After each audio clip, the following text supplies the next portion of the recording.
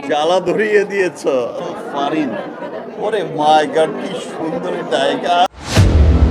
Social মিডিয়াতে সাকিব খানকে নিয়ে বেশ ফানিভাবে ভিডিও তৈরি হচ্ছে এবং বেশ রিউমার ছড়াচ্ছে মানুষের, কারণ সে কিছুদিন আগে দুইটা নায়িকাকে নিয়ে এসে সাথে করে এরকম সংবাদ সম্মেলন করেছিল এবং সেখানে তাদেরকে বাজেভাবে টাচ করেছে। এই ধরনের বিভিন্ন বাজে ভিডিও এবং বাজে মন্তব্য করেই চলেছে সাকিবের পিছনে।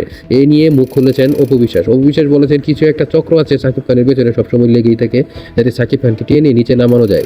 এটাই হচ্ছে আমাদের দেশের এই বর্তমান পরিস্থিতি। কিন্তু আসলে আপনাদের এই বিষয়টুকু ভালোভাবে জানা উচিত। সাকিব খান সবসময় তার কো আর্টিস্টদেরকে ভালোই সম্মান করে এবং ভালোই গুরুত্ব দেয় এবং তাদেরকে স্বাভাবিক রাখার জন্য অনেক সময় এরকম করে থাকে। কিন্তু সে এতগুলো মানুষের সামনে এই ধরনের আচরণ কেন করবে আপনারাই বলুন। অবশ্যই আপনাদেরকে এইসব বিষয় নিয়ে বিবেচনা করা উচিত। তিনি আরও অনেক কথা বলেছেন তার লাইভে। সে সোশ্যাল মিডিয়াতে আসার পর সাকিব খানকে নিয়ে এ ধরনের ট্রল হওয়ার ফলেই তিনি এরকম বেরিয়ে এসেছেন। তিনি আরও বলেছেন যদিও আপনারা এরকম করে থাকেন তাহলে হয়তোবা নেক্সটে সাকিব খান পুলিশের আশ্রয়ও নিতে পারে। সেজন্য আপনারা সাবধান হবেন এবং এই ধরনের বাজে মন্তব্য করা থেকে দূরে থাকবেন অবশ্যই সাকিব থেকে। আপনার মতামত অবশ্যই দিয়ে যাবেন।